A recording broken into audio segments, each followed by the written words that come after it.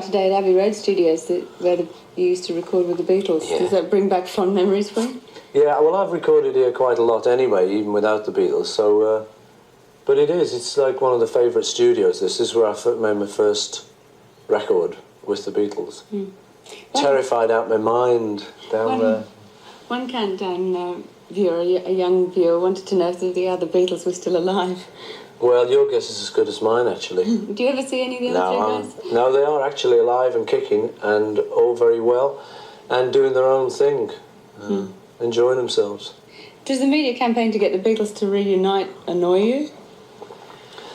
Yeah, a bit, but there's nothing you can do about it, so I don't get really annoyed. It's just one of those things, when you reach a certain level of fame.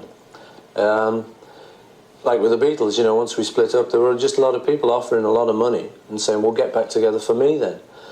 But the trouble is that if you were even going to consider doing something like that, you'd have to have a really great enthusiasm within the group. Because, you can't just start things just for some money and go and do it. Not a thing like that, anyway. So the missing factor is the enthusiasm at the moment, which is fair enough, we did our bit. I think the four of us would probably just prefer to leave it as it was and leave the whole story intact rather than sort of coming back and doing some disastrous reunion show, like Sinatra's 50th farewell concert.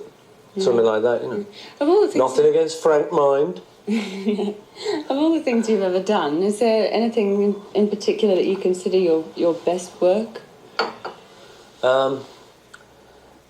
I don't know. I don't kind of think in those terms. I think it's people who analyse the music scene, think in terms of that, what was his best one.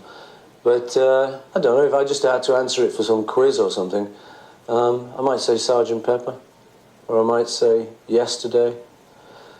Or I might just as easily say something daft, like She Said, which is just a track I like,